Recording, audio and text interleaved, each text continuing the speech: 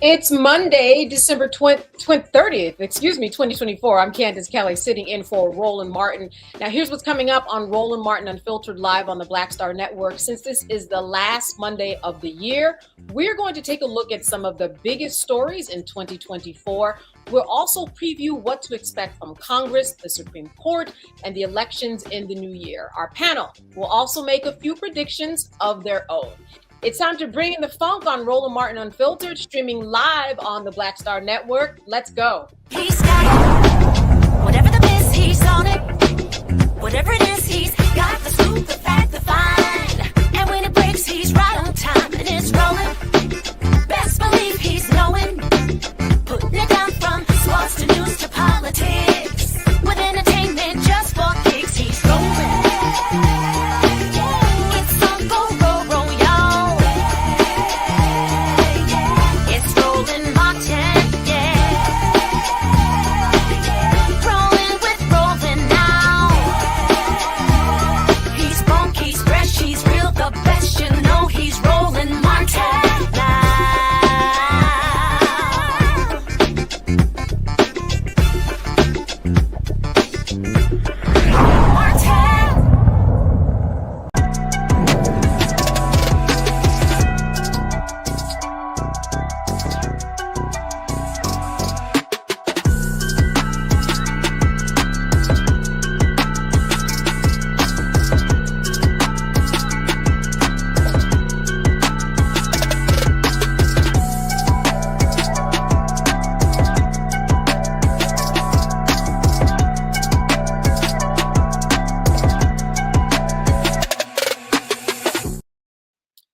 All right. So we know that it is the countdown to the new year. 2025 is coming, but for so many, we are thinking about the countdown also to January 20th, where we have President-elect Donald Trump, who's going to make it into office. Now, this is not without a little bit of victory on the part of Black women in America. We know that Delaware's Lisa Blunt Rochester and Maryland's Angela also Brooks, they're two Black women who will, for the first time, serve together in the history of the United States of America. We're going to open up by speaking with my panel about this topic. I am joined now by Dr. Julianne Malveaux, economist and author. She is out of Washington, D.C. Also with us, Jolanda Jones, Texas State Representative and lawyer out of Houston, Texas, and Joy Cheney, founder of Joy Strategies out of Washington, D.C. Good to see all of you here tonight. I've got all the J's tonight. I'm out of this with my C, Candace. All right, Julianne, Jolanda, and Joy, let's go. Let me first start by opening up this victory. I mean, it is a small victory when we think about the history of Black women in America, Dr. Malveaux, but certainly two Black women serving in the Senate at the same time is something Delaware. we're very proud of. Absolutely. This is an amazing moment. First of all, Angela also Brooks, I supported her heavily. I think I maxed out on the dollars. She is an amazing grace. She's a brilliant young woman who I foresee great things from, but also she's a fierce young woman, and she comes from the working class. And this is important when we look at the Senate, look at the average wealth of the Senate, which is about the average wealth, about $3 million. For the average American, it's a fraction of that. So she's coming from a place where she gets us, not us Black people, but us working people, us poor people. And so I think that that's really great. And then Lisa Blunt Rochester, to have the two of them together as a partnership is a really great, what can I say? Really great tribute to Black women and our work. That's our work, Women with Men, Ayiti. They were behind both of these women.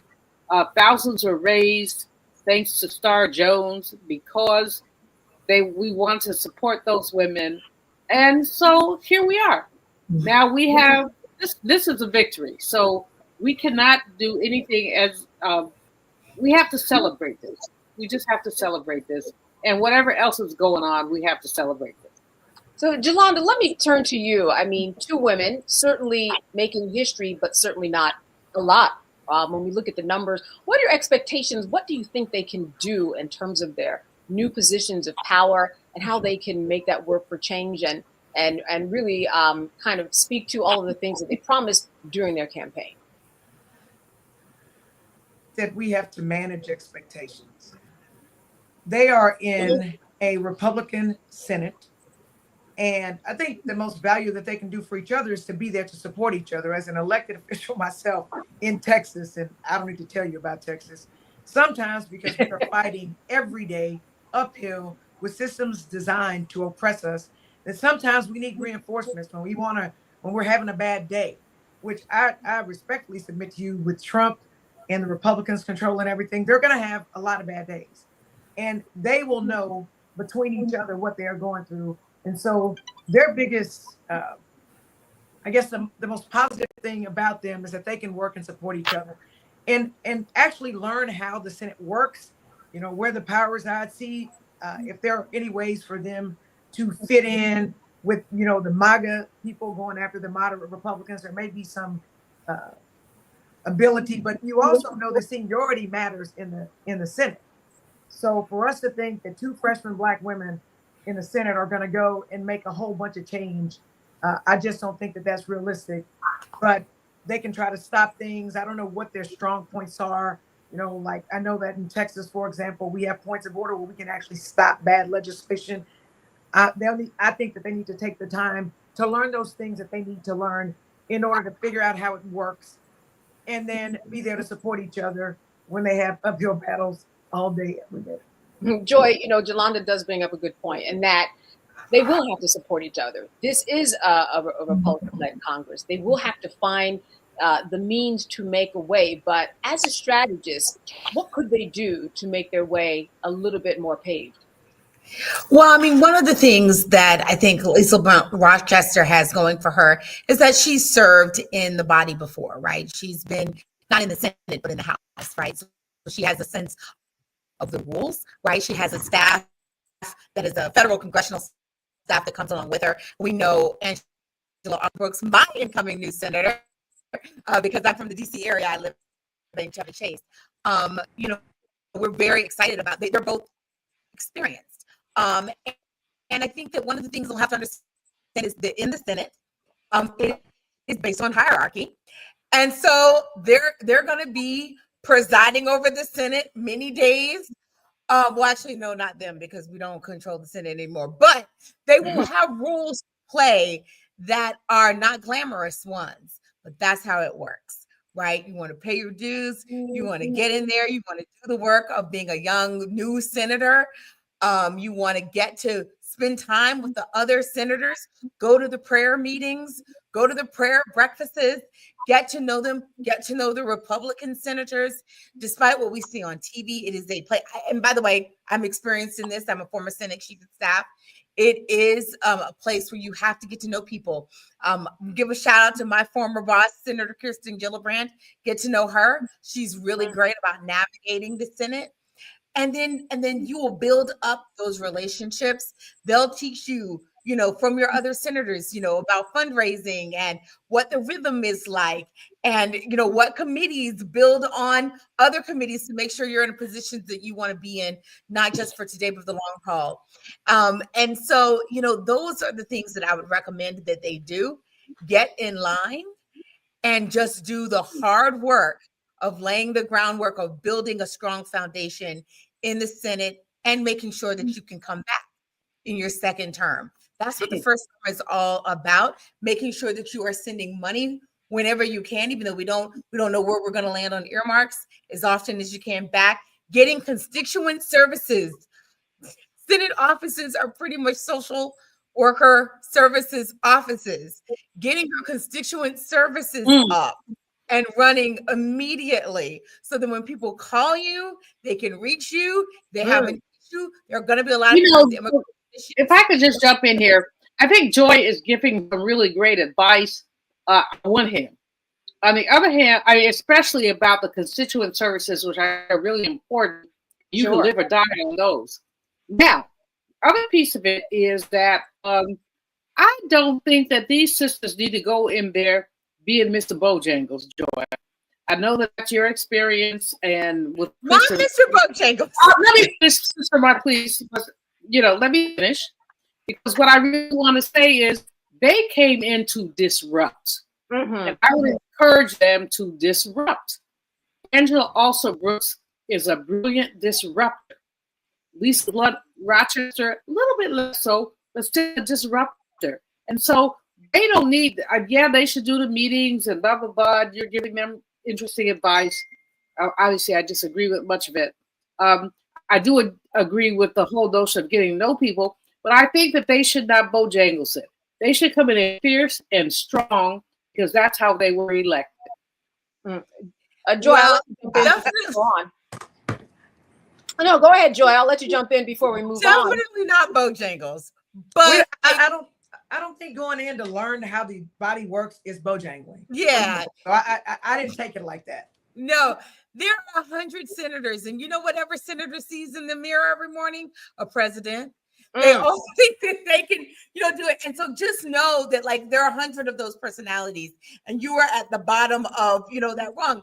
Even Hillary Clinton and Barack Obama, when they went in, people would ask Barack Obama, what's it like working in the Senate? He's like, I sharpen the pencils. I'm at the bottom of the list. That doesn't mean you cannot rise, and it doesn't mean you can't be a disruptor, but people do want to get to know you. And if you want to have higher aspirations, you will need those senators to support you. So you do want to get to know them. You do want to get the rules. The Senate, especially when you have a Senate where it's going to be held by a Republican majority, knowing the rules of the Senate is really important. It is. Right? And I think we can all nobody says they should know the rules, but guess what? They also should have the ability to break them. They should learn them, but they should also break them. These sisters came in as disruptors, and I want them not to be influenced by you, but by me, to say keep disrupted. But I agree, but you've got to come in and you got to halfway play the game. You can be disruptive and people not know you being disruptive. And a perfect example of how somebody came in disrupting and now she want to ascend to leadership and couldn't is what's the Congresswoman AOC out of New York? AOC. She came in disrupting. She came in endorsing people against her colleagues. So guess what? Them colleagues ain't about to support her for nothing.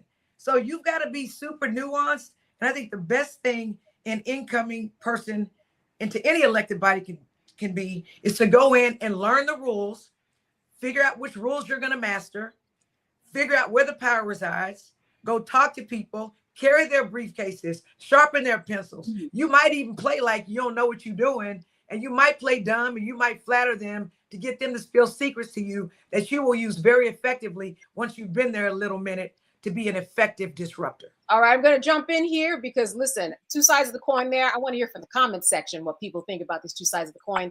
Before we go over to Shamari Figures, let's go down to Alabama. Listen, not since the 1832 has someone been in the House of Representatives in this position, a person of color. Certainly a big deal, but there had to be a redesigning of the district in order for this to happen. Dr. Malveaux, this is why we recognize what is happening when it comes to redlining and fight in courts to make the change. Here we have District number 2, a big deal, obviously, because this is someone who finally was able to cross the bridge and win.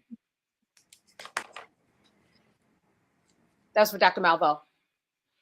I'm looking at Alabama and that District 2 and the ways that it had been gerrymandered and what people have done persistently to stop the gerrymandering.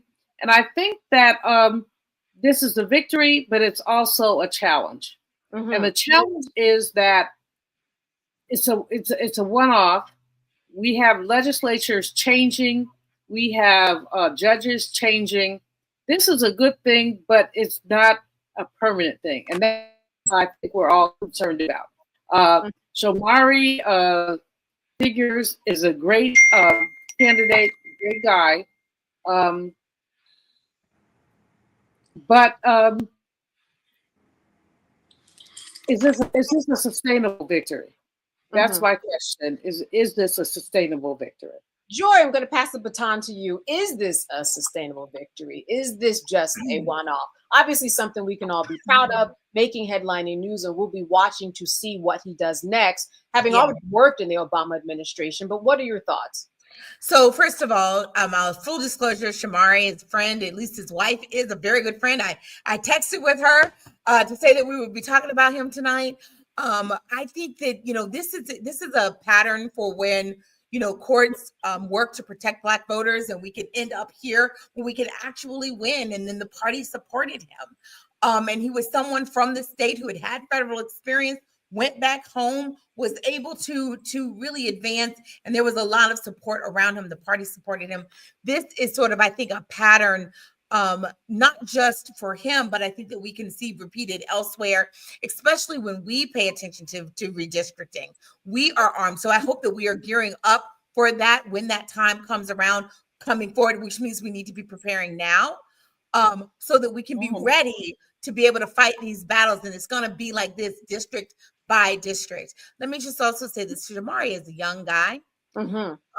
He is a family man. He is someone who represents, when people see him, they see themselves in him. They feel like, the Democratic Party isn't all octogenarians, which we love them too, but we have to have intergenerational leadership. So I'm just so excited about not just him winning in District 2 and what we were able to do with the redistricting there, but his runway.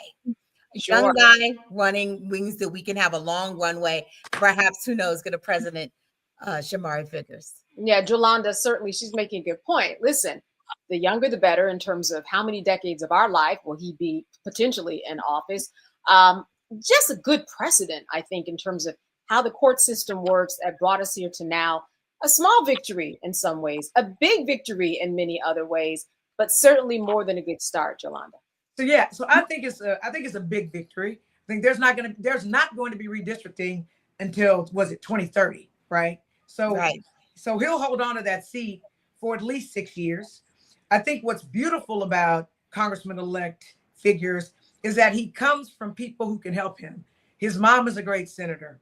His dad was a senator. Yes. I don't know if you guys know this, but his father represented the woman, I can't remember her name, who bankrupted the KKK.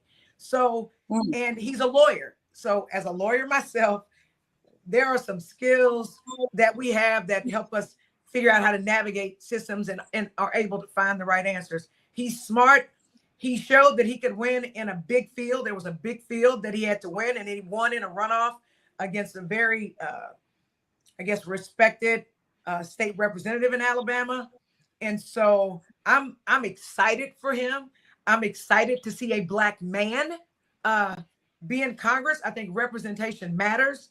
And again, some people get elected and they are the first person in their family and they're not from a political environment. And so they're there by themselves.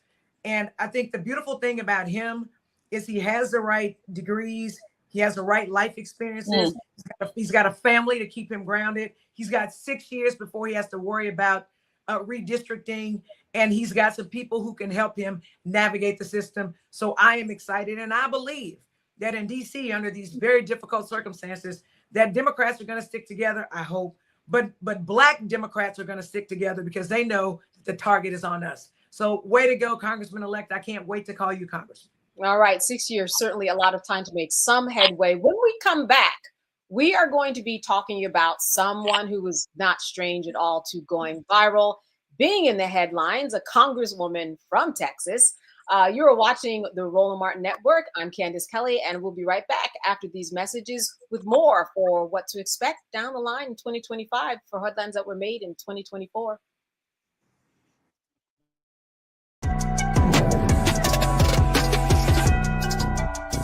How long is the break? Now streaming on the Black Star Network. I was challenged by my uncle early on, before I even had a career. Like I was maybe 8 years old, and my uncle said, "What do you want to do?" And I told him I wanted to be a rapper. And he said, "Okay, well, I don't know anything about the music business, so what you should do is learn everything there is to know about the music business, and I'll make sure that you have the resources to push you through." And so I went and bought books, All You Need to Know About the Music Business, Hitmen. I just went and bought a bunch of books, just started reading as a 10-year-old, just reading. And so I learned, all things licensing, mechanical rights. I learned about publishing, learned about how composition is broke up into two pieces, the writer's portion and the producer's portion. But by the time I actually learned, I came back and I was ready to okay, I got it. He would go into prison.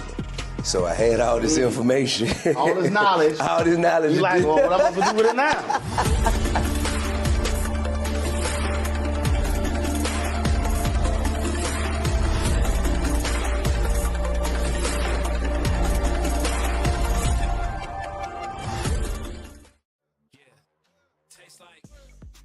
Curl Prep Natural Hair Solutions at curlprep.com. I'm in stock. For curls, locks, braids, twists, and even those wigs and extensions. Women, men, and children are loving this line. Look at this video and you be the judge. People line up to see this product in action at hair shows, and when they take a seat and try it, they don't believe it's their hair. Buy the products at curlprep.com. It works on all hair types. Use code ROLAND, that's ROLAND, lowercase letters, to get a 15% discount. Parents, remove the ouch. You will love this system because you can comb the product through your child's hair with your fingers. It's all at curlprep.com. Use code ROLAND, lowercase letters, to get a 15% discount. Hi, I'm Isaac Hayes III, founder and CEO of Fanbase. Fanbase is a free-to-download, free-to-use, next-generation social media platform that allows anyone to have followers and subscribers on the same page. Fanbase was built through investment dollars from equity crowdfunding from the Jobs Act. People just like you help build Fanbase, and we're looking for more people to help build Fanbase. We are currently raising $17 million in a Regulation A crowdfund on Start Engine. We've already crossed $2.1 million, but we're looking to raise more capital from people just like you that deserve the opportunity to invest in early stage startups without having to be accredited investors. So right now, I'd like you to go to startengine.com/fanbase and invest. The minimum to invest is $399. That gets you 60 shares of stock in Fanbase right now, today. And then use Fanbase to connect with friends, grow your audience, and be you without limits.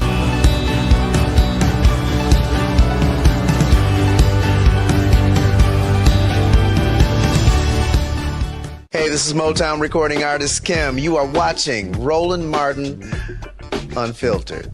That boy, he always unfiltered though. I ain't never known him to be filtered. Is there another way to experience Roland Martin than to be unfiltered? Of course he's unfiltered. Would you expect anything less? Watch what happens next.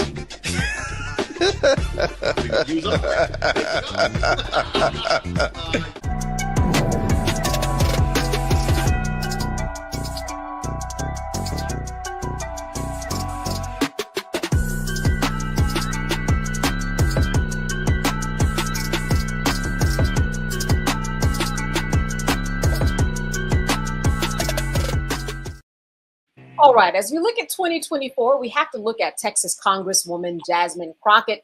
She's no stranger to going viral, but this year, it was this moment that sparked many, many, many viral moments.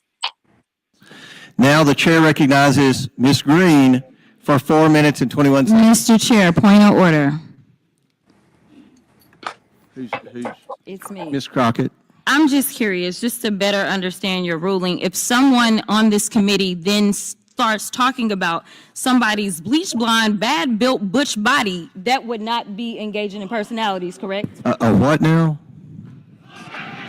Chairman, I make a motion to strike those words. I don't think that's Hold on. part of I'm the. trying to find clarification on what quality. Chairman, motion to strike those I had no idea what words. you just said. We're not gonna do this. Look, you guys earlier literally just said You just voted to do Order. I'm trying to get clarification. Look at calm down. No, because this is what y'all do. Proceeding. So I'm trying to get Ms. clarification. Crockett, you're not recognized. Ms. I can't hear Crockett. you with your And you yelling. don't want me calm to down. Be, Can no, you please calm down? Don't tell me to calm down. Calm down. Because y'all talk Calm noise, down. and then you You're can't out of take control. Because if I Look, come, Chairman, if I can we come send and her talk outside to shit take a about break her, for 5 y'all minutes? gonna have a problem. Mr. Chairman. All right. Her alliteration caused many creators, including Roland Martin Unfiltered's own Keenan, to make some great music. Bad bill frame, bad bill frame. Bleach blonde bush, better shut your trap, ain't got no game. Bleach blonde bush, bad bill shame, bad bill shame. Whole lot of frontin', whole lot of frontin', all in my lane. Bleach blonde bush, bleach blonde bush, bleach blonde bush, bad bill frame, bad bill frame. Bleach blonde bush, bleach blonde bush, better shut your trap, ain't got no game.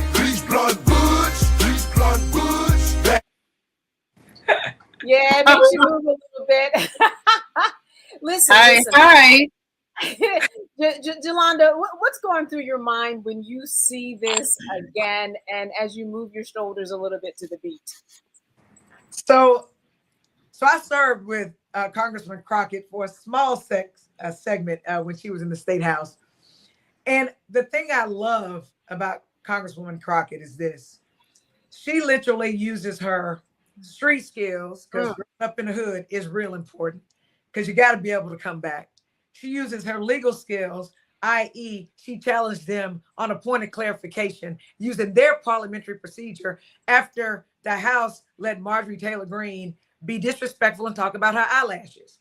And sometimes you need to say stuff to get people's attention. And what's important about that is it challenged the notion, because poor people consistently say that politicians are not in touch with their constituencies. They talk over their heads. And Jasmine made it real simple. That's right. What was going on? She made it real simple. And she basically used Black nomenclature, because we've all heard of bad built people. We've heard of, butch built people. We've heard of bleach blonde ditzes, which those 6 words brought so many different thoughts into my mind, right? Yeah. But what it did most importantly is it pushed back on bullies who are not accustomed to being pushed back on, because the Republicans think they can out yell you, out shout you, and because they have the numbers, then they can just bring you down. And I thought that Congressman Crockett was brilliant. I also believe that Black people felt empowered because people culturally appropriate us. They never listen to us. And guess what? She won that. She did. She won that. And she didn't just win that for that moment in Congress where she made them think about, y'all want to talk about decorum? Well, this ain't decorum. But she made Black people feel great, just like that whooping on that ferry the year before. Joy, I think one of the things that Jolanda brought up is 100% correct. And that is that she has the ability to really speak to people in their own language, make them feel like they are part of this world that so many people feel like they are shut out from. Folks still won't go to vote, but she's someone who opens the door and says, come on in, I'm talking your language. That's right. She is brilliant. She did challenge them on the rules, right? So she understood, for all the watching, you got to know the rules in order to challenge them.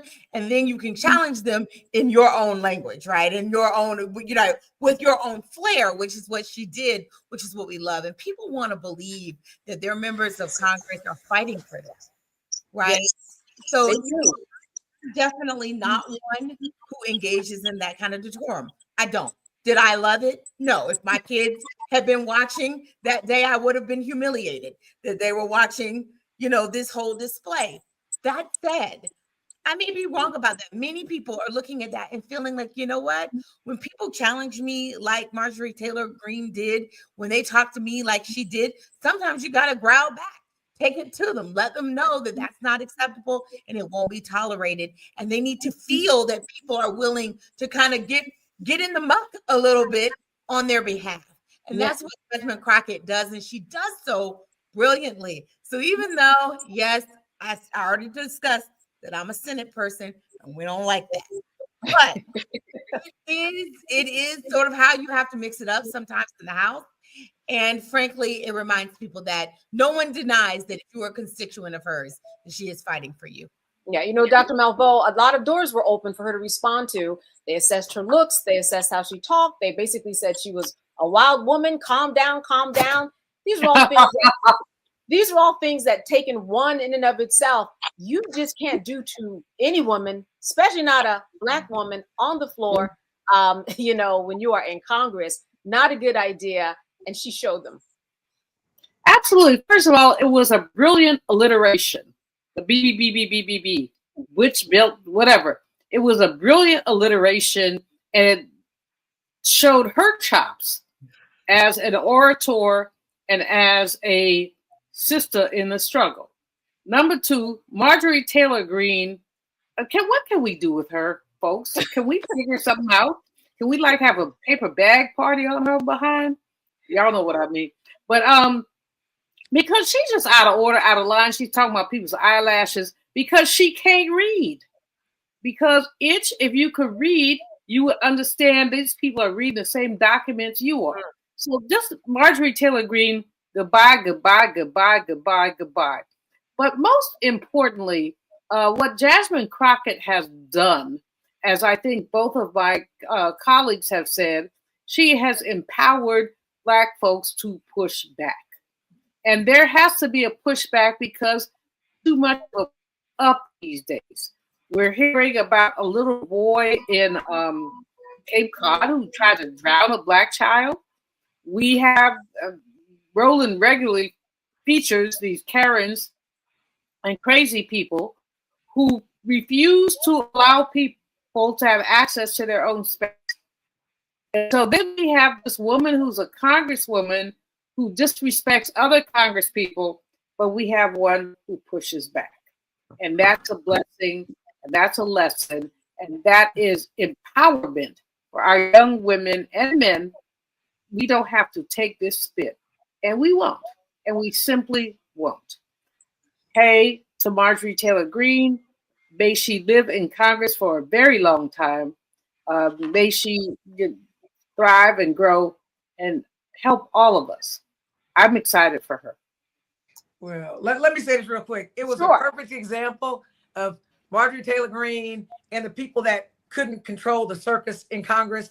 They effed around with the wrong person and they found out. There you go. All right. It is for pause going forward. Let us talk about now Trump and his immunity.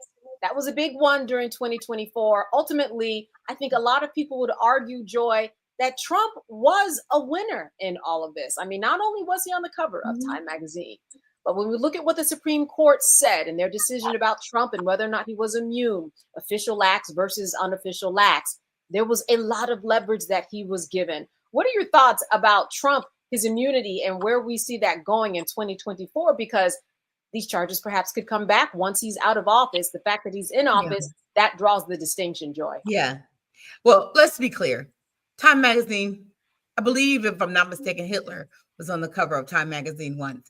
Person of the year can be a negative thing or a positive thing. So I wouldn't take that, take that from what it is.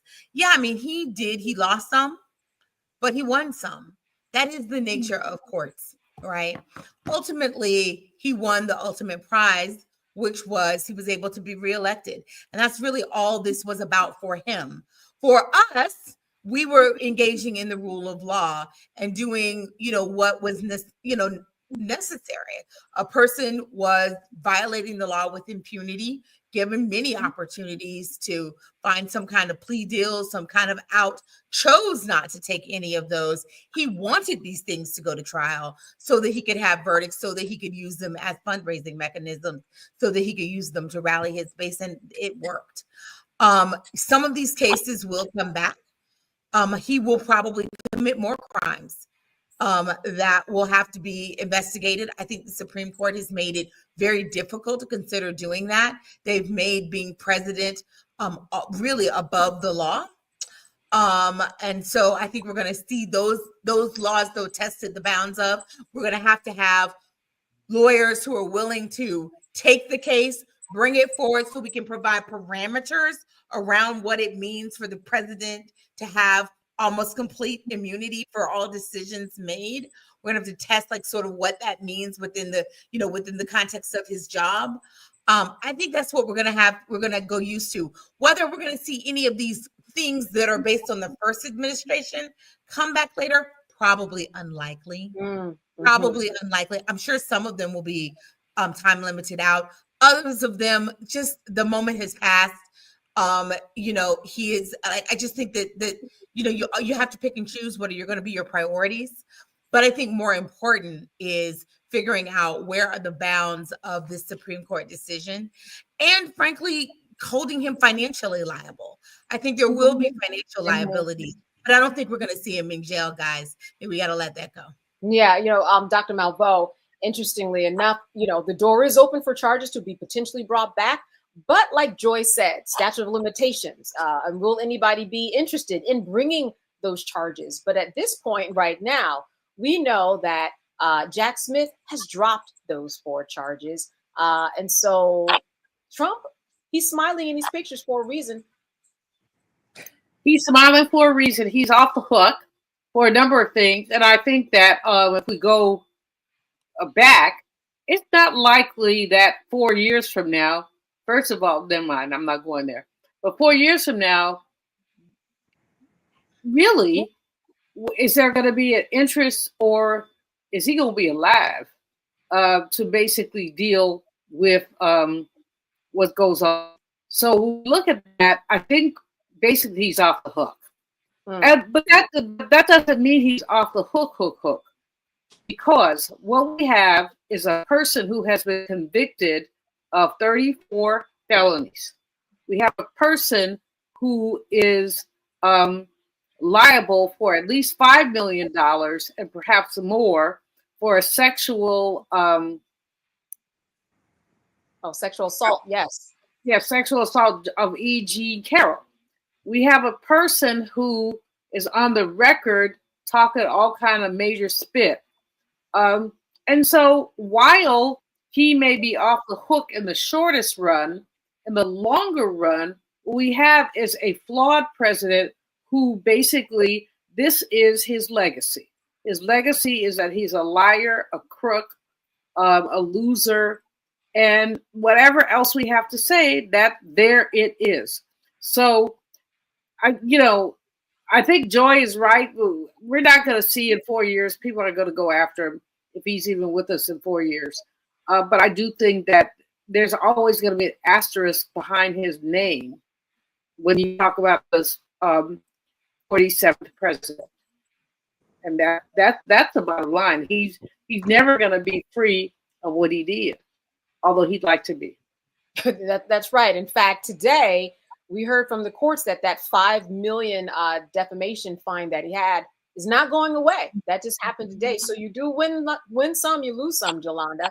I just think that, so again, I got to put my lawyer hat on. Okay. I think that Trump's immunity has long-term negative effects for this country generally and for Black people, period. Trump is now let loose by Supreme Court, who said, screw stare decisis. For those of you who aren't lawyers, stare decisis, for the most part, in lay people's terms, is the rule is what the rule is. Sort of like we had a right to abortion, sort of like Black people had civil rights. And the Supreme Court has said, screw all that. And whatever Trump does is okay. They absolutely vote on very important issues along party lines. And I fear that Trump is going to put more people on the Supreme Court, which is why he appeals everything. Because he knows if they can find a federal question in there, because there's got to be a federal question before to go to the Supreme Court, that he's going to get off. And it terrifies me. And yes, people will fight. They will. But Trump has really stacked the courts for the rest of his life and probably for his estate when he dies to protect it for his children. And he is going to do everything he can do in all of his cronies to put America in a place, in a space to go back. I'm telling you this. It terrifies me as a lawyer. And if he dies in office, he's setting the stage for J.D. Vance, who's worse than him, to take office.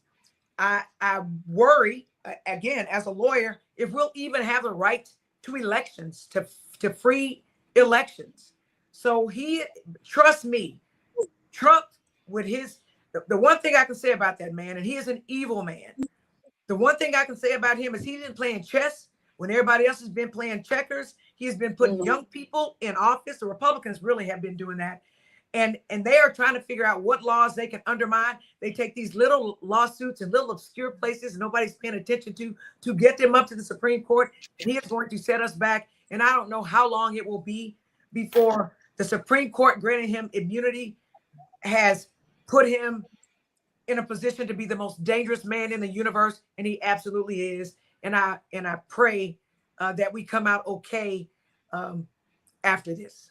Jolanda, I'm going to stick with you because you mentioned the court system. You mentioned how he stacked them. And when we look at 2024, we cannot not talk about Justice Clarence Thomas and the ethics violation. The fact that it was only 2023 where there were first a set of guidelines that were applicable to the United States Supreme Court of America.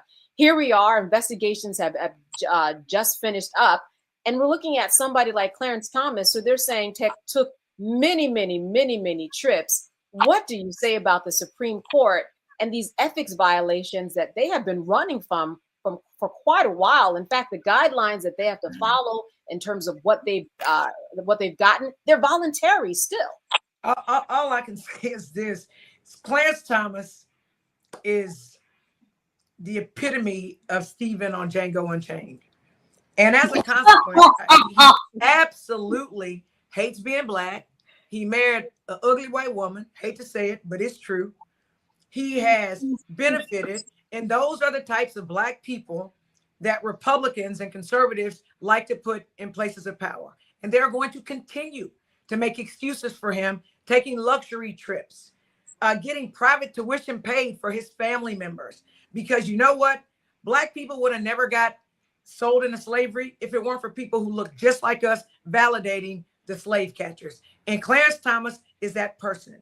And I want him, I wish that he would be impeached. It's not going to happen. Again, right is right and wrong is how I was raised.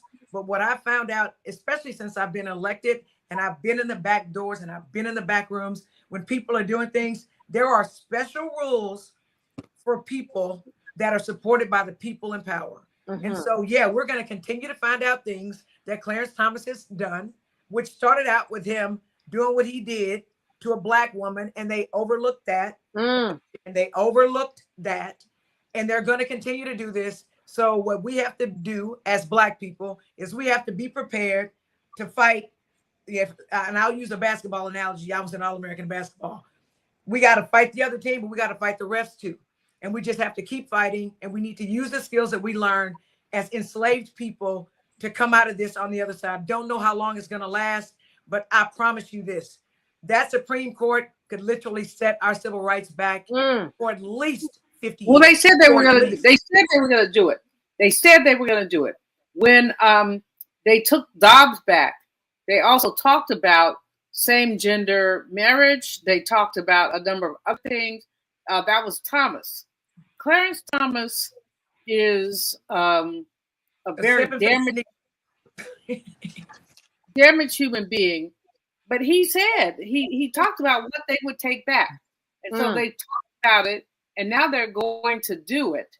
And the issue is, as I think, as you said, Sister Jolanda, some people play chess and others play checkers. And Democrats have been caught playing checkers far too many times. But neither here nor there around the chess and the checkers. The issue is, how do we go through the next 2 years? Because I'm claiming that Democrats will take the House back. I'm claiming that. But it's going to be some steady work. And I don't see anybody lining up to do the work. Joy, yeah. Let me just say, we're not even playing checkers. We're playing tic-tac-toe. I'm not even going to worry about talking about Clarence Thomas. He is all the things that my co-panelists have already said, and then some. He's an embarrassment, whatever. But the truth is, he's doing what he can do because the Senate rules, the ethics rules for judges that apply at the lower levels of the federal circuit do not apply to the Supreme Court. They are sort of on a, honor code kind of, we'll just do what's right kind of practice, and that obviously has never worked, not just for Clarence Thomas, but by so many, including some who have gone on. So Clarence Thomas is just following in the tradition, but he's a little more stupid. He's doing it more brazenly than the others, but he's learned from the best he knows he can, right? So that's what he's done. The real argument, the real shame, is that the Senate Judiciary Committee has not been able to hold the Supreme Court accountable, to change those rules, to even hold full public hearings in the way that they should have been held. That the Biden administration has not held them accountable. If the chief judge won't come to you, then you have to take it to them. We just simply have not done it. We have confirmed a lot of judges, and so I want to kudos to the Judiciary Committee, kudos to President Biden for confirming so many judges. But we have not held the Supreme Court accountable, and we have allowed that institution to diminish itself in terms of public trust and accountability. That is the Democrats' fault, because we were in power. We are still in power for another day or so over the United States Senate. And we did not take the opportunity to Jasmine Crockett style, right? Take it to them, fight for them. We were too reliant on, like I said, it keeps coming up, that senatorial decorum where we wait for them. And then, as my friend Ellie Miss Stahl said, have we tried beseeching them? I mean, we literally have been too polite. The complete power grab by people who are completely unethical and will be viewed over time as unethical. And Donald Trump is counting on that. He's not only counting on their ability to be bought and paid for, but he's counting on us being too almost arrogant in our own superiority to just actually fight for the American people and for the Constitution. All right. Well, listen, this was filling the headlines in 2024. We're going to see a lot of it still in 2025. It's still ongoing. Whether or not any of the justices will be held accountable, we will have our eye on that in the upcoming year. All right, stay with us. We're going to have more of the headlines that you were talking about in 2024 as we count down to the new year. We'll be back after the break.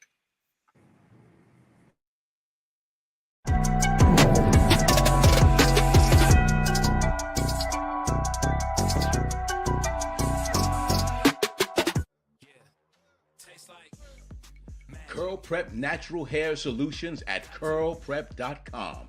I'm in shock. For curls, locks, braids, twists, and even those wigs and extensions. Women, men, and children are loving this line. Look at this video and you be the judge. People line up to see this product in action at hair shows, and when they take a seat and try it, they don't believe it's their hair. Buy the products at curlprep.com. It works on all hair types. Use code ROLAND, that's ROLAND, lowercase letters, to get a 15% discount. Parents, remove the ouch. You will love this system because you can comb the product through your child's hair with your fingers. It's all at curlprep.com. Use code ROLAND, lowercase letters, to get a 15% discount. What's up, y'all? Look, Fanbase is more than a platform. It's a movement to empower creators, offering a unique opportunity for everyday people to invest in Black-owned tech, infrastructure, and help shape the future of social media. Investing in technology is essential for creating long-term wealth and influence in the digital age. The Black community must not only consume tech, we must own it. Discover how equity crowdfunding can serve as a powerful tool for funding Black businesses, allowing entrepreneurs to raise capital directly through their community through the Jobs Act.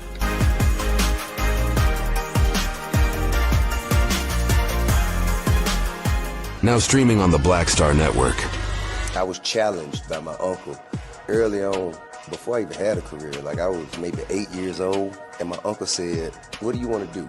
And I told him I wanted to be a rapper. And he said, "Okay, well, I don't know anything about the music business, so what you should do is learn everything there is to know about the music business and I'll make sure that you have the resources to push you through. And so I went and bought books, All You Need to Know About the Music Business, Hit Me In. I just went and bought a bunch of books, just started reading as a 10-year-old, just reading. And so I learned, all things licensing, mechanical rights. I learned about publishing, learned about how composition is broke up into two pieces, the writer's portion and the producer's portion. But by the time I actually learned, I came back and I was ready to okay, I got it. He was going to prison. So I had all this information. All this knowledge. All this knowledge. You like, well, what am I going to do with it now?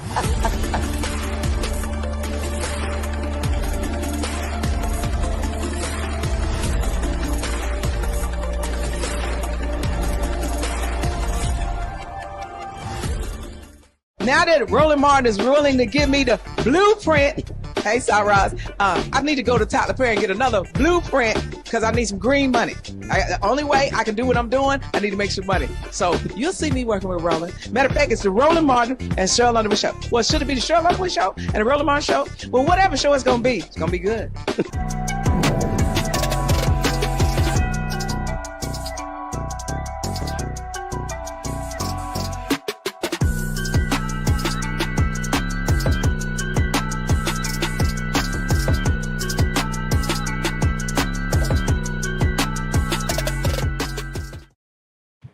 So let's talk about shootings. Certainly, we are not going to cover all of them. Unfortunately, there are just too many. But when we look at them, there are some that we do want to highlight. When we hear the name Sonia Massey, we hear the name Takia Young, Daniel Lewis. Daniel Lewis outside in the back had a gun on the back of his porch. He was shot by the police. Sonia Massey inside of her home, shot by the police. She thought that she was being burglarized. Takia Young, this was the 21-year-old who was fatally shot inside of her car by an officer. She was parked at Holger's. When we look at a lot of these cases, these are things that, they're just repetitive, Dr. Malveaux. I am not sure what is the answer here, but what are your thoughts about these shootings that just continue to happen? These police officers that plead not guilty and have gotten off on some charges. Of course, some of them held accountable. In terms of how many years they're going to be serving, but just a mixture of thoughts because there's so many shootings that police officers just are not answering to.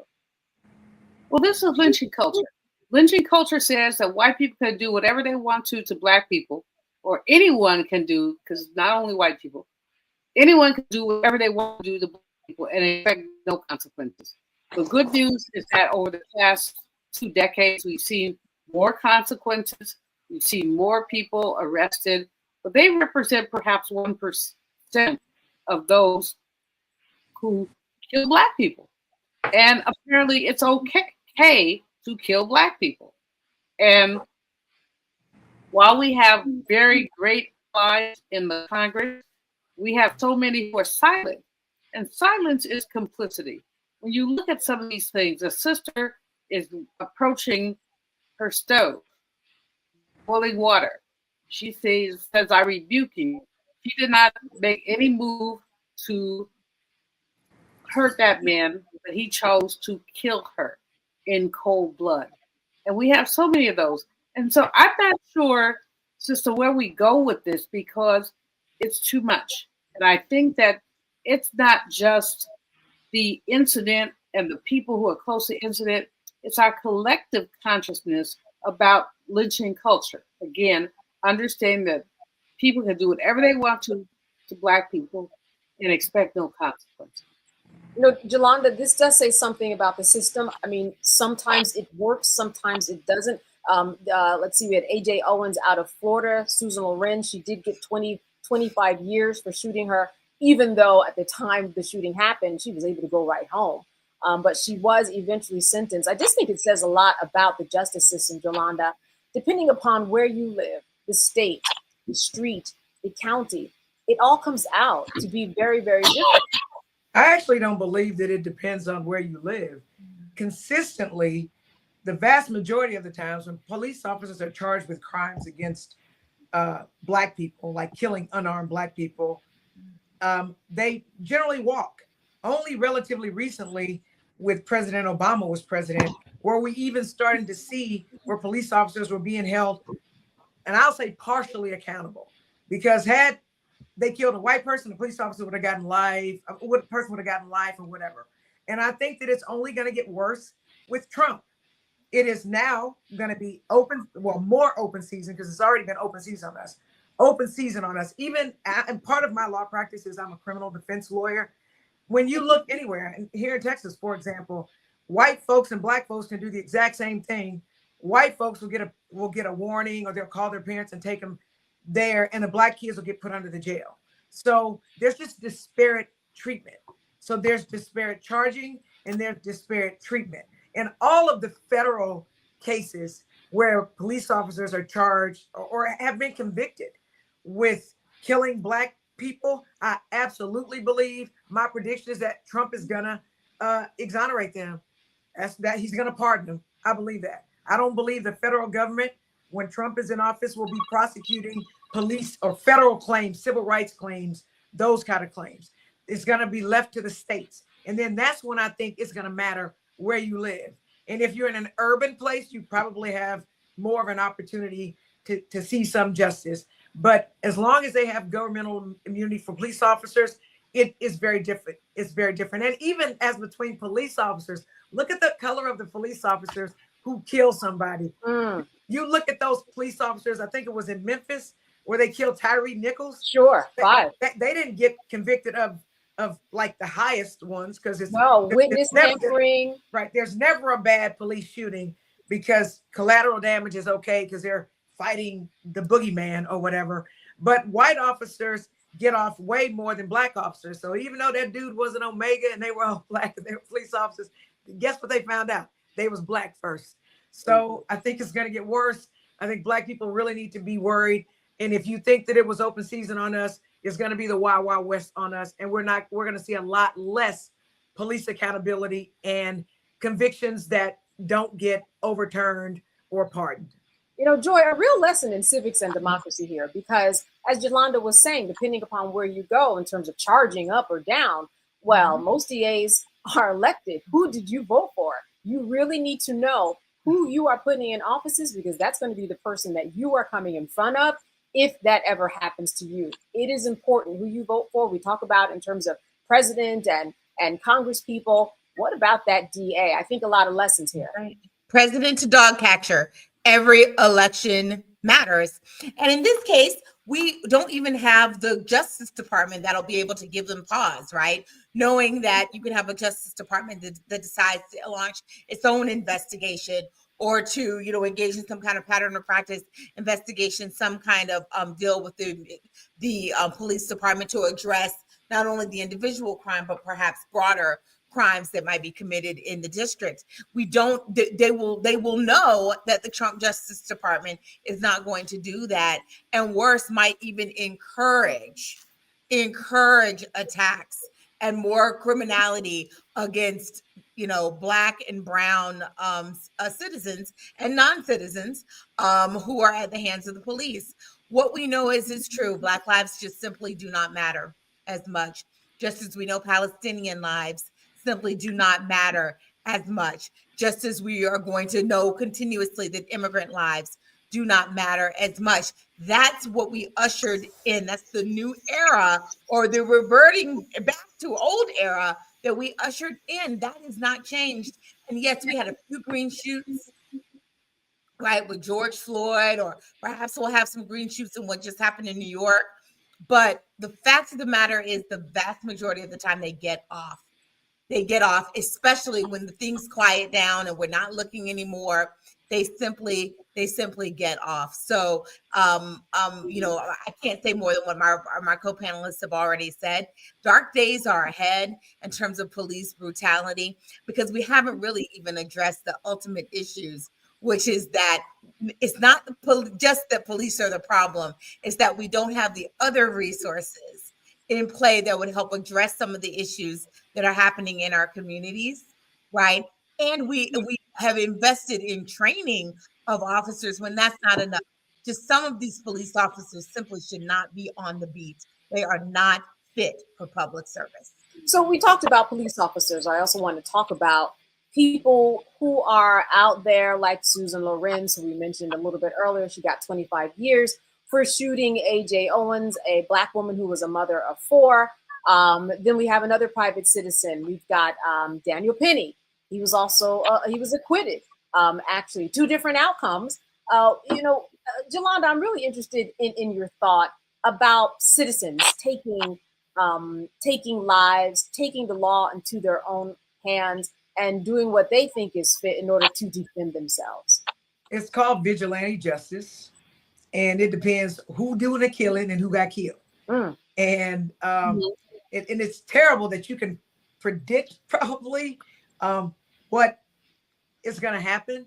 I mean, I didn't find it unusual that after Daniel Penny was found not guilty, that he was hanging out with President Trump and all them other anti-Black people that's about to have a whole bunch of power. And it is, for me, it's really sad. I mean, I read the history books back when they taught it in history, just a little bit about lynchings and things like that.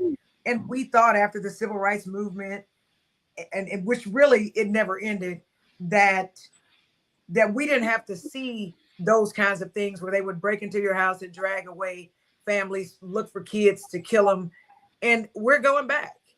And so for those of us who don't appreciate that elections matter and that they do have consequences, when you see a lot of these white folks go and they kill us, and if you paid attention to the trial, you will see all the tropisms and the caricatures that they make of Black people. Of course, he had to be violent. That man didn't hardly weigh anything. He was a very slight man. And he literally held him in a chokehold for, I think they said 6 minutes, right? And he wasn't moving for like 5 of those minutes. Right. So, and you knew that he was knocked out, unconscious, incapacitated. And we know if we cut off your air, you are going to die eventually or have severe brain damage. I say that all to say this, that white folks are terrified that we're going to take over, and they are doing all that they can do to hold on to the power that they have, because they aren't making babies as much as us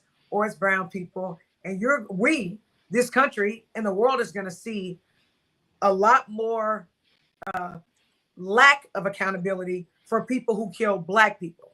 Now, if the person had been white, there's no doubt in my mind that he would have been convicted.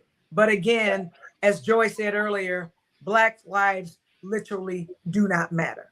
Listen, before we go to break, there's one more thing that I wanted to touch upon. I don't think it's going to take a lot of talking on each of our parts to talk about the pardon of Hunter Biden, as well as a pardon that is probably coming by Trump of himself. Joy, this was in the headlines all year. We finally got the answer this month. But Joy, we are not surprised.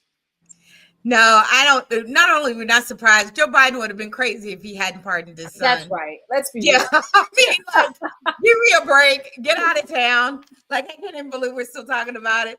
Yeah. But I never understood why he said he wasn't going to do it from the jump. That's the thing I think that's confused people. But Donald Trump is forget it, whatever. There is no way that Hunter Biden would have been in the situation he had been in, but for the fact that he was a Biden. This would not have been had gone forward. He would not be facing jail time, even if he were Black, right? That this was definitely politicized. But that said, whatever happens to Hunter Biden, I couldn't care less. God bless him. Whatever, jail, no jail, whatever. He is not my concern. My concern are the Black and brown people who are going to be under threat during this Trump administration. And let me just take it one step farther. If you've been listening to what people have been saying when they've been videotaping Black people being harmed or anyone being harmed by whether it's cops or individual citizens, they've been saying, drop that phone and engage, right? And fight back. And I believe we're going to have some situations where Black and brown people and white people too fight back.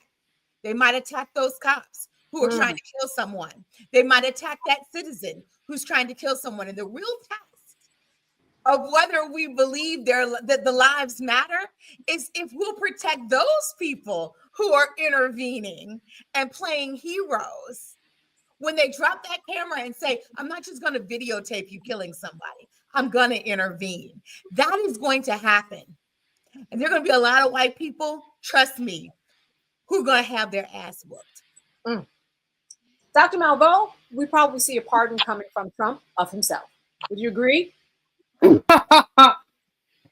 More than likely, he's going to do whatever he can to protect himself. He is in so much trouble with lawsuits all over the country. With he's going to do whatever he can to protect himself. But let's be clear, he is a convicted felon. No matter what he does to protect himself, he is a convicted felon. And so, that is that. You can't take that away. There's so many other things that he's done that are not going away. The rape of or the sexual whatever of E.G. Carroll. He has now been found guilty, $5 million, and there's another $80 million on the table. Meanwhile, what my biggest challenge is that I don't understand how these people bought the bullshit. Excuse my language. I try not to curse just because Roland does. But why they bought the bullshit? When this man said he's going to lower prices. Did he lower prices? No, then he turned around and said, I can't do that. Okay. There's so many things that he said he was going to do that just within these few weeks, he can't do. Here's what he can do. He can put a litmus test on appointees. You must have harassed a woman in order to be a Trump appointee. Don't y'all think that that's kind of how it is? You must have harassed a woman to be a Trump appointee. To the Congress, to the cabinet, to all of that. So as I look at this situation and look at what we have in front of us, all I have to say is that we have got to figure out how to push back. He is elected, and shame on y'all Americans who thought that was a good idea. But he was elected. We got that. But what can we do to fight back? One of the things that I'm proposing is that we look at people who are working class and push them for Congress. I think one of the things that Democrats did is they lost touch with working people. AOC is a good example of somebody who came out of nowhere. She was a barista or something like that. We need more people like that in Congress to really raise the issues. And I think that this is a time to begin to do some of that. All right, Jolanda, I'm going to give you about 10 seconds before we go to break. We will see Trump pardon himself. Oh, yeah, but here's the deal. Biden needs to pardon a whole bunch of more people. He needs to pardon all the black people, especially electeds, that he's going to go after, and he can protect them from federal stuff where the Justice Department goes against them. Because these are the black people we have left in Congress and in the Senate or wherever that to help us. And they're going to go after them. That is what Trump is going to do. And we need somebody in government. So he needs to do more pardons, not less. All right, Jolanda, thank you for nailing that in 10 seconds. We are going to take a break, but we're going to have more of the headlines that you have been talking about in 2024. Stay with us. We'll be right back.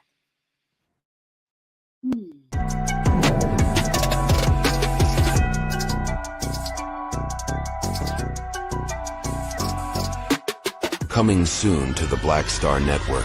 For y'all, when you're on that stage or when you're and you're seeing 2 and 3, 4 generations in the audience, that's got to speak to you about the power of what y'all have become. Oh, most definitely. I think we were doing our show before our break, and remember, I was watching this kid. I could not take my eyes off him because he was about 9 or so. He was sitting in the front row with his over on the right hand side. Yes. I was amazed that this kid knew everything, and I was like tripping to see how many songs this kid actually knew. And he knew them all. And he knew them all. We had to go over there and bring him on stage and take a picture with him, at the end of the show and stuff, because it was just that amazing. It's like, this is crazy. The music travels everywhere, like what Philip was saying, seeing this young kid. Then you hear our songs on commercials, cold commercials. Then you have the younger ones that hear our music in animation.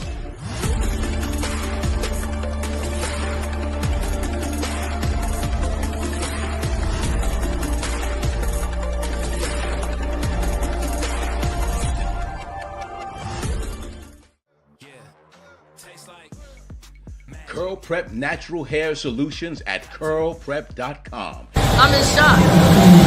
For curls, locks, braids, twists, and even those wigs and extensions. Women, men, and children are loving this line. Look at this video and you be the judge. People line up to see this product in action at hair shows, and when they take a seat and try it, they don't believe it's their hair.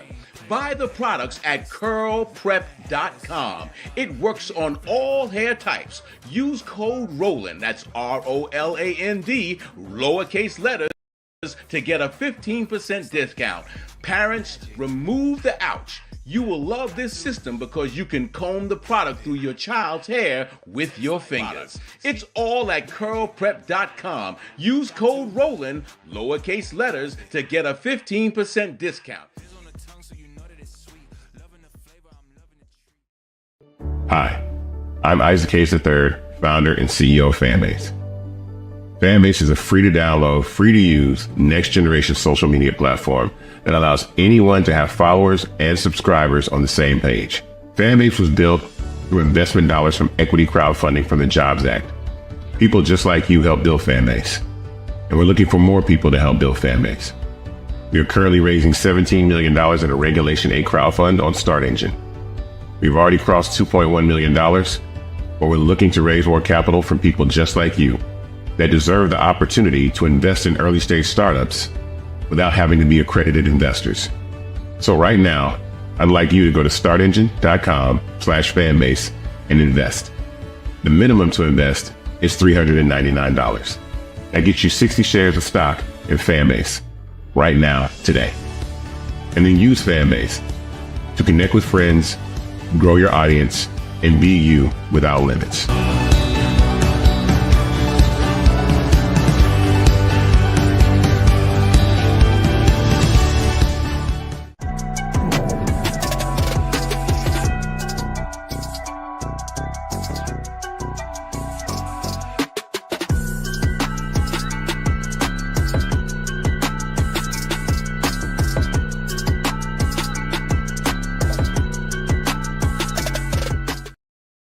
2024 was a year of indictments, accusations. Let's talk about Sean Combs. Let's talk about the fact that he still remains in a detention in jail in Brooklyn. We know that this has now become the tale of two Seans, not just Sean Combs, but also Sean Carter. I want to open up the floor with you, Dr. Malveaux. He appealed so many times in order to get out. It didn't work. Sex trafficking, racketeering, amongst a list of things that he has been charged with. What are your thoughts about how this will turn out? Well, it ain't gonna turn out right. We can just, I think, agree with that. I'm disturbed about a number of things around this. First of all, the allegations, which seem to be on point. At the same time, I want to put race into this and talk about the white folks who have done this and worse and have spent less time. I'm not saying that what Sean Combs has done is correct at all, but I'm looking at the racial implications of this.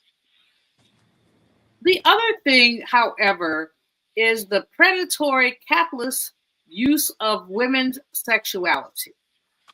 The fact that women are easily and often trafficked, and that this is something that for many of us, including Black folks, seems to be okay. So I'm concerned about that. I don't have any good vibes about any of this. If the allegations seem correct and the charges seem correct, and at the same time, the racial differences seem glaring. And like I said, I don't feel good about this. I don't feel good about this. I have prayers to everyone, but especially to the women who have been trafficked and victimized. And we have to go back to that. We got to get rid of the celebrity, get rid of that, and go back to the women. Who are these women? What can we do to be supportive of them? Jolanda, your legal hat is always on. Let's say Always. Sean Combs is your client. What are you telling him at this time? Are we looking for a plea deal? Well, first of all, I'm waiting for discovery to find out the evidence that they have, right? Because sometimes evidence is good, sometimes it's bad. I've had murder cases thrown out. I've had court-appointed murder cases thrown out because when they come at you, they come at you. Now, generally, with like federal charges, they've done their homework and they have the goods. I will say that if you look at Weinstein and Epstein, they stayed locked up as well, right? The thing I say with Black folks, we have got to be careful. We can't get away with what white people get away with. We just can't. So we've got to ask ourselves, if this came to light, I mean, do we get out of it? And my standard for myself is what I do in front of my grandmother. If I can't do it in front of my grandmother, then I'm not going to do it. I used to be married to a professional basketball player. I've been around people in the entertainment industry, and the things that go on, I'm wondering why these women here, right? Because they're surrounded by misogynists, and I know they're trying to come up, but then the men are just arrogant. They're just arrogant, and I think that is a terrible combination to have. So this is America. We are innocent until proven guilty, at least in theory, although I don't believe that that's how it works out in practicality. If I'm his lawyer, I'm asking, you need to tell me what you did, because we have attorney-client privilege, because I can't protect you from or try to protect you from what I don't know. And as a lawyer, as a criminal defense lawyer, you hope, you wish, you pray your client tells you stuff, because there's nothing like being blindsided. Right. If I'm his lawyer, I'm telling him, go way back as far as you can remember. Anybody you have problems with, who doesn't like you, what do they know? Like what evidence do they have? Because the best lies are lies that have some truth in them. So they can go back to the truth and say, hey, now if that's true, this got to be true. So right now, it's early on. They need to be evidence gathering. And they're not going to let him out. So, and he needs not, I would tell my client, do not talk on the phone. It's recorded. And I would tell my client to tell his family, tell your family they ain't got no friends. The only person that can help you get out of this, if you can get out of this, is me. They don't need to talk to anybody about this, because everybody's trying to come up. And you tell them just a little bit of truth, they will wind it. Next thing you know, they're famous and you locked up. Yeah, Joy, 2024, we heard a lot of witness tampering when it comes to Sean Combs. And of course, now we have this other added element of Sean Carter, which I think when he came out the gates, he hit in a little bit of a different way, certainly with a lot more punch there. You're a strategist. What are you telling Sean Combs and his people now, or even Sean Carter and his people? So, I mean, Sean Carter needs to be quiet and be working his legal angles to try to stay as far from this as possible, and to say that this is about him being swept up in a fever. If you're Sean Combs, because I have a legal background as well, if you're Sean Combs, you're, as my guest said, you're also saying, look, this is ultimately about, what is the actual evidence? There has been a lot said, a lot of put out in the media, but ultimately this is going to go to trial. We're going to have actual evidence. We're going to see if there are any technicalities. You're going to try to pull any technical threads you can, because that's the only thing that's going to benefit you. His career is over, right? Public persona is over. He's trying to stay out of jail. Now, one of the things, and this is to talk about what Ms. Malveaux was talking about earlier, Dr. Malveaux was saying that, look, there is a racial element here. I want to see all these people go down. It is wholly unacceptable to me, and it always has been, that Black women have been allowed to be abused by the music industry, as well as any other industry, but we're talking about music industry. I don't want to get distracted. And it's being done by Black men, but not just Black men. It's also being done by some of the owners of these music companies, right? Including, Jewish people, white people, etc., who own these companies, who are making money off of our demise, who knew that these parties were happening, and who are okay. So yeah, I want to figure out who was at the parties, who saw what when. They could all go down, as far as I'm concerned. Their music's not that good. Your talent does not excuse your criminality, but it can't just stop at them. We got to get all of these execs who allowed it to happen. I want them to go to jail too. It will be wholly unsatisfying if we get Sean Combs, a relatively small fish when you look at the entire music industry, and don't get the people who allowed it to happen, who encouraged it to happen. because it's how we kept people in line and distracted. So that to me is where we need to be focused. And frankly, if you're Sean Combs, you're also trying to figure out who is a bigger fish than you that you Sure. can Sure. You know, Joy is really speaking to something that's really important, which is the culture of predatory capitalism and predatory misogyny as well. What I'm saying is that these things in the entertainment industry, and not only in the entertainment industry, and thank you, Joy, for raising that, these things occur because people allow them to occur because they feel that they can't do anything different because that's just how it is. But that's not how it is, and it's not how it has to be. And I think we really need to drill down. The wrong is wrong, but let's drill down onto culture. Yeah. Jolanda, I want to move on. I want to talk about Fonnie Willis, Nathan Wade, the accusations that we saw on display. We heard every detail of it. It captivated the nation as we watched all the details. We learned about her father, places that they met. We learned about Nathan Wade. We learned about him being on the case. And then it ultimately happened, Jolanda. She is no longer on this case. I wasn't surprised. Were you? I was not surprised. As I said before, Black folks don't get to do what white folks do, right? I'm proud to say that I was a host of a fundraiser here in Houston to keep her reelected because we need people who are unapologetic and who are unfearful of Donald Trump. So now they've taken her out of it. So I don't know what's going to happen. I suspect that whatever prosecutor takes over for her is not going to be relentless in bringing down a criminal. Now, again, the beautiful thing about Trump's inability to pardon himself on state cases is that people like Fonnie Willis can bring state charges against the president and he can't stop those. But let's face it, I'm elected, Fonnie's elected, we date people, we go out on dates. Why is it nefarious? There are a lot of people that date, like you meet somebody in a I guess professional setting, maybe you end up liking them. So they were making something nefarious. I'm not convinced that their relationship had anything to do with this. And that is a tightrope that we as elected officials walk. And now my rule for myself is don't mess with nobody in the political arena. and mine is try not to mess with no lawyers either, right? Mm-hmm. Because there are ways that people that are evil can try to turn innocent things that normal people do. People meet people at their work. People meet people in church. Yeah. People meet people in professional events. But Yolanda, really, I mean, on one hand, I hear you. I hear you. On the other hand, the appearance of wrongdoing in this case was overwhelming. It wasn't that she just was dating the dude.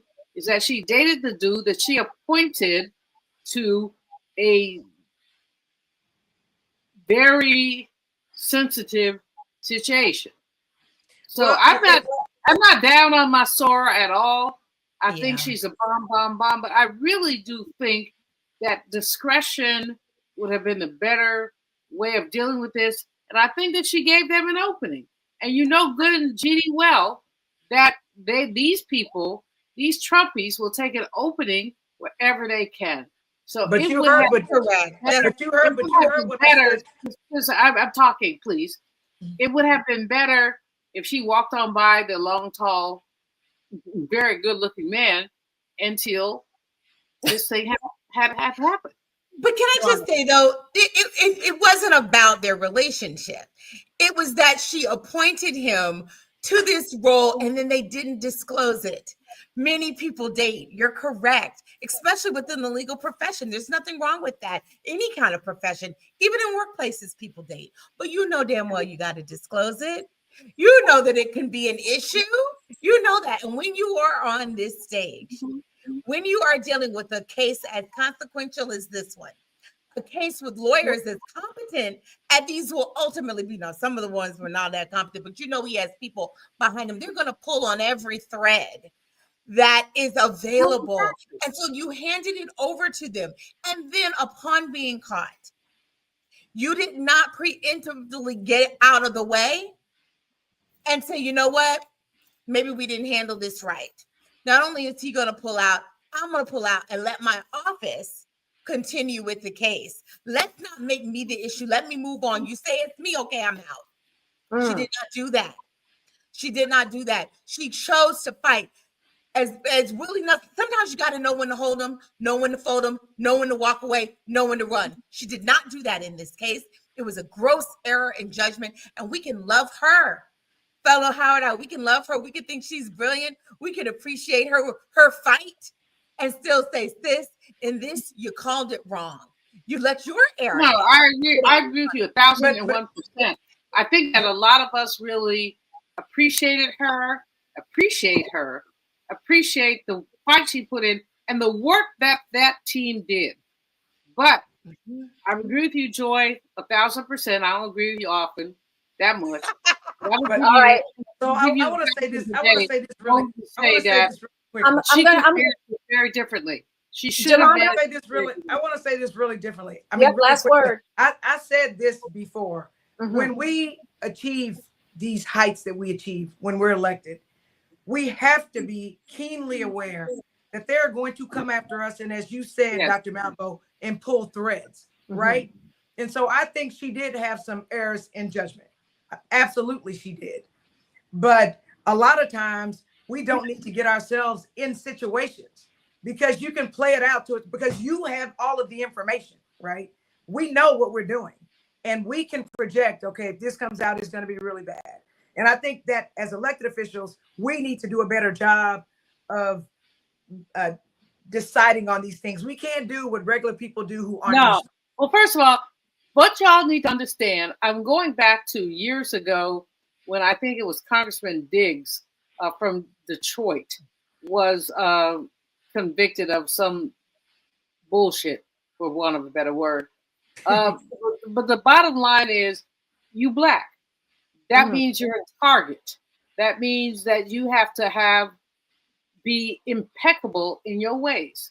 Because guess what? If there's any little dropped thread, somebody is going to find it. And we've seen this time and again with our Black elected officials. Dr. Malveaux, I'm going to jump in because we have certainly a lot of other topics to get to as we look back at 2024. Stay with us. You are watching Roland Martin Unfiltered here live on the Black Star Network.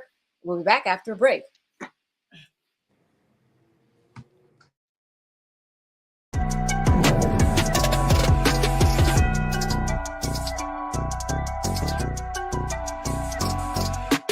Coming soon to the Black Star Network.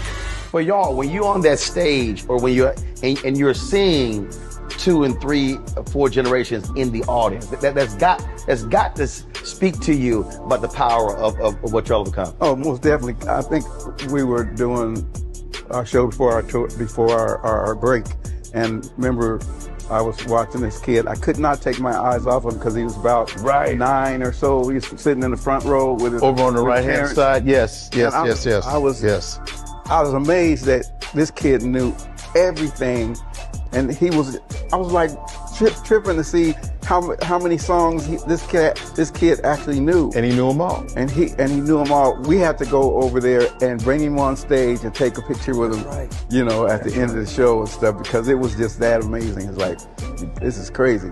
The music travels everywhere. Like what Philip was saying, seeing this young kid. Then you hear our songs on commercials, cold commercials. Then you have the younger ones that hear our music in animation.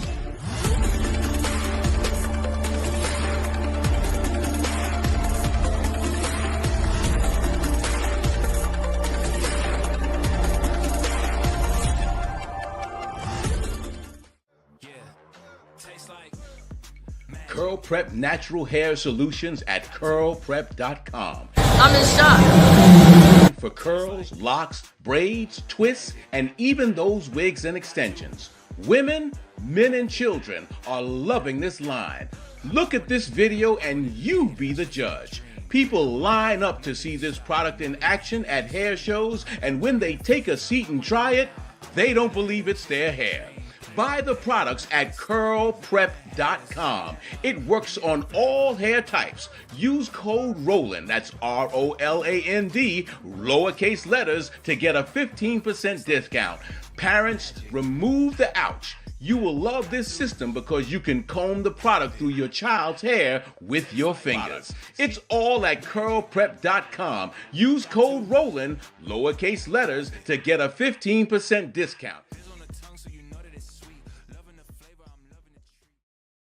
Hi, I'm Isaac Hayes III, founder and CEO of Fanbase. Fanbase is a free to download, free to use, next generation social media platform that allows anyone to have followers and subscribers on the same page.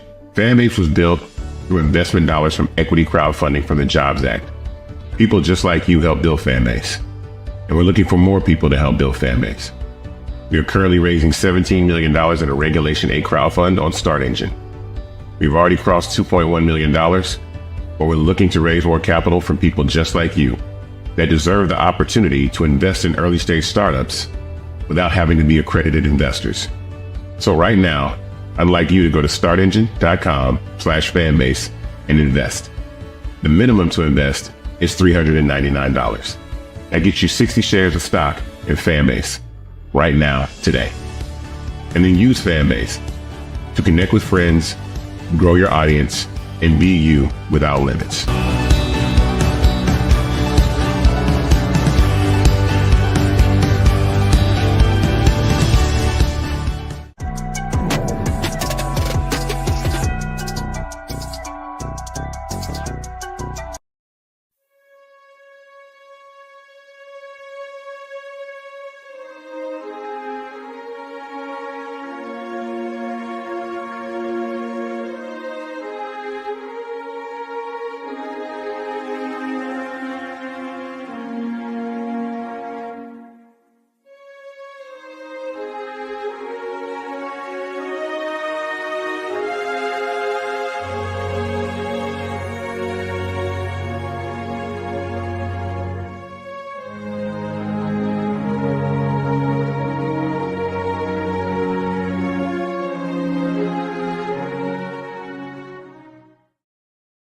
Seven, 76th governor in January of 1971.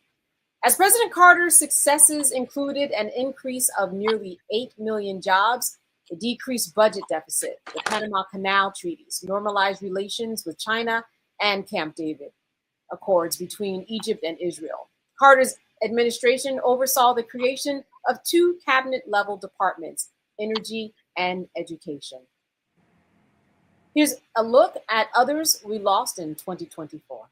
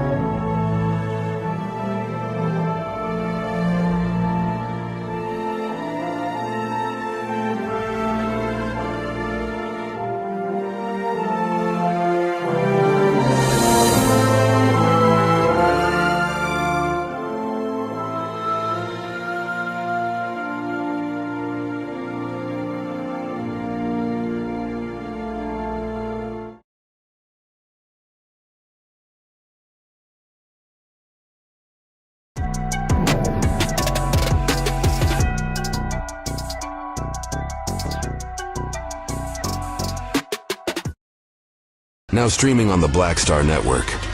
I was challenged by my uncle early on, before I even had a career. Like I was maybe 8 years old, and my uncle said, "What do you want to do?"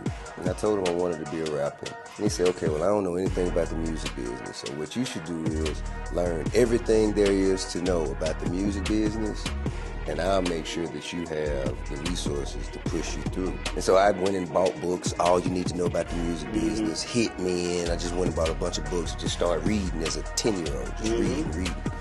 And so I learned, all things licensing, mechanical rights. I learned about publishing, learned about how composition is broke up into two pieces, the writer's portion and the producer's portion. But by the time I actually learned, I came back and I was ready to okay, I got it. He would go into prison.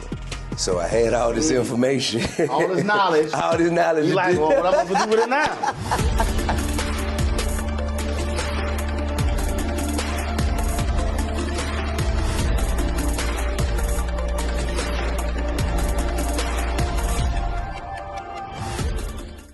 What's up, y'all? Look, Fanbase is more than a platform. It's a movement to empower creators, offering a unique opportunity for everyday people to invest in Black-owned tech, infrastructure, and help shape the future of social media.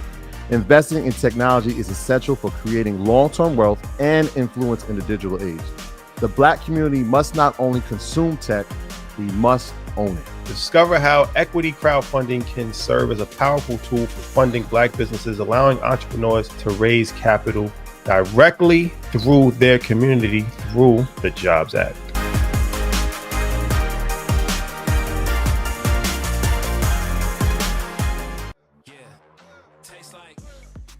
Curl Prep Natural Hair Solutions at curlprep.com. I'm in shock.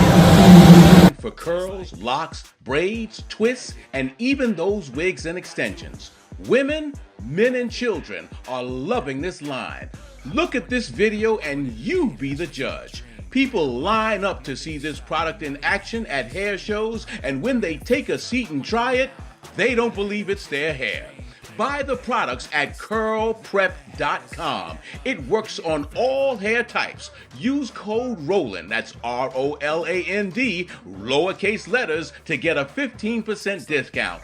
Parents, remove the ouch. You will love this system because you can comb the product through your child's hair with your fingers. It's all at curlprep.com. Use code ROLAND, lowercase letters, to get a 15% discount.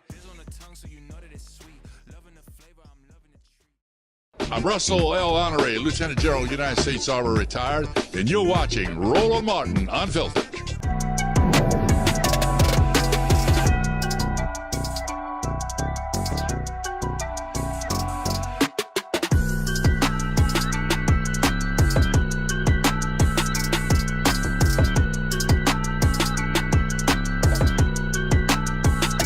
All right, we are a couple of hours closer to 2025. Because of that, we're going to look ahead with my guests, figure out what are some of the predictions. Maybe there's some advice that they have to share as we go into 2025. Maybe advice of joy. I don't know. Maybe something having to do with, let's say, January 20th and what comes after. Joy, let me start with you. Hopefully we'll see a lot of joy, you and the joy that we feel in 2025. But what do you think or predict for this next year? I think we're going to have to fight. We're going to have to be prepared to fight, but we're going to have to pace ourselves, which means we're not going to be able to run after every individual little thing. If you live in Washington, D.C., as Dr. Malvo and I do, go out of town. I just bought my ticket to Orlando, which is where I'm from. All the Republicans will be here. I'm going to be in Florida. Get out of Dodge. Be careful with yourself. And really try to have impact as opposed to running after every single thing that you could possibly run after in what will be the chaos of the Trump administration. And then I think it's also time to focus local. They're going to be looking towards national. We have to focus local. This is the time to run for office, to move back home if that's what you want to do. This is the time to invest in local candidates. To focus, you're thinking globally, but you're acting locally right now in this next 2 years. All right, Dr. Malvo. Well, I agree with Joy completely on this one. I do think that we do need to think locally. I think that there are lots of fights, lots of resistance, lots of stuff, low hanging fruit that we can deal with. And so I think that's really important. But I think the other thing is everybody's focused on the cabinet. Let's look at the other people. Let's look at the undersecretaries. Let's look at the deputy assistant secretaries. I'm especially concerned about education, of course, being that I'm an educator. I'm concerned about what's going to happen in the Department of Education with this wild, what the woman, she comes out worldwide wrestling or something, has about as much interest in Mm. education as I do in the planet of Mars. She's there. And so we're going to have to be looking. And we're going to have to find allies. The fact is that, how can I put it? We know we lost. We lost the election. We lost the Congress. We lost the Senate. But there's some good Republicans that we can find alliances with on certain issues. Every Republican is not anti-climate change. Let's look for that. Every Republican is not anti-education. In fact, Republicans have been really stalwarts in supporting HBCUs. Let's look for them. And let's just keep looking for allies who we can chip away at. These All right, next 2 years are going to be really hard, but guess what? Nobody told me the road would be easy. God ain't brought us this far to leave. All right, we should look for allies. But Yolanda, what else? What other predictions do you see for 2025? So I actually took some notes because I wanted to make sure that I said them. So the first thing I believe that we need to do if we hope to take back local houses and national houses in government is that we, the people that are elected, we need to invest in young people and help show them the ropes and stop staying elected forever. That's the first thing that we need to do, which is why they really aren't engaged with us. The second thing that I think we need to do just as human beings is we, to those who are given much is expected, we need to be altruistic and help people because there's going to be a lot of people who are not going to have their needs met because of this election that just happened. I think that people in the future need to pay attention to how we vote, not how we tell you we are fighting for you. Because I think that if you actually pay attention to how we vote, that will tell you a lot of things that sometimes elected officials are not honest with what they do. I also believe, as Joy was talking about, you need to take a mental health break because this road is going to be tough. My father committed suicide. People may not know that. I was with my dad when he committed suicide. Believe me, I've had a whole bunch of therapy. Wow. Black people especially need to we need to reinvigorate, which is why I'm leaving on a plane tomorrow to go to another country. I ain't gonna be here when the new year comes in. And then and because I believe this, that we are in moving forward come January, whatever day Trump is getting sworn in, we are going to be in the life or death fight to maintain our civil rights and to not go back. And we need to be ready mentally. And we need to be ready with our allies. And we need to pay attention because what we don't know can literally destroy us. Those are my predictions. And I'll be working out again if you can't see. There. Look at that. Look at that. Okay. Wow. You know what? This is what 59 look like. That is 59. Look. You got a lot of people who are going to be writing you. How did you Well, get honey, that? this is what 71 looks like. Right? All right. Well, Let's listen. Listen, some great advice there. I also want to add this. I know that a couple of you are getting on a plane tomorrow or sometime soon. Also, let's think about a little bit of joy in 2025. We're here. That's half the battle. I know that we've got plans about allies and politics and mental health, and that is great. And mental health and joy go hand in hand. How are you bringing yourselves joy out there, everybody who's watching right now? We're here. That is half the battle. Let's also think about joy as we think about some other just things that we know we're going to have to deal with that we don't want on our plate in 2025. Let's be happy. We're here. Candace, yes. Candace, joy is resistance. Joy is resistance. It is. We ain't pitiful. We ain't no ways tired. We are all that and 3 bags of whatever kind of chips you eat. I am excited for 2025. I'm probably the eldest on this conversation, which is okay. And I'm really grateful. I mean, I'm in a space where I'm just thanking God for everything. Yes. And thanking God for y'all. And thanking God for the many ways that we continue to rise. As Dr. Amen. Martin, who was one of my mentors, said to me years ago, people, and y'all have heard it, people don't tell you, if people tell you who they are, believe them. She also said, getting old ain't for sissies. Because there were always going to be challenges. The older you get, the more challenges you're going to deal with. But the last thing that she said that sticks with me right now is whenever I think of you, I call your name. Whenever I think of you, I call your name. All of us have had so many people that have been so meaningful. Do we call their name? Do we call them up? Do we deal with them? That's where we are. And it makes me smile to have had a mentor who gave me so much wisdom to say, when I think of you, I call your name. And we are going to end on that high note today. I want to thank all 3 of you for especially ending on joy. Joy, Dr. Julian Melvo, Delonda Jones, and Joy Chaney. Happy New Year a little bit early. And thank you for allowing us to go through 2024 with you. We always love what you have to say. And we look forward to seeing you in the new year. And we look forward to seeing everybody out there who is watching us now. Throw some comments below. How are you spending the new year? How are you bringing joy?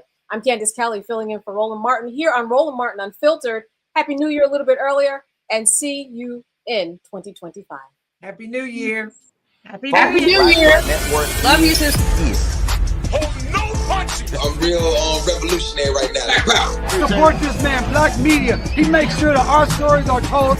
Thank you for being the voice of Black America, Roland. I love y'all. All momentum we have now, we have to keep this going. The video looks phenomenal. See, this difference between Black Star Network and Black-owned media and something like CNN. You can't be Black-owned media and be scared. It's time to be smart. Bring your eyeballs home. You dig?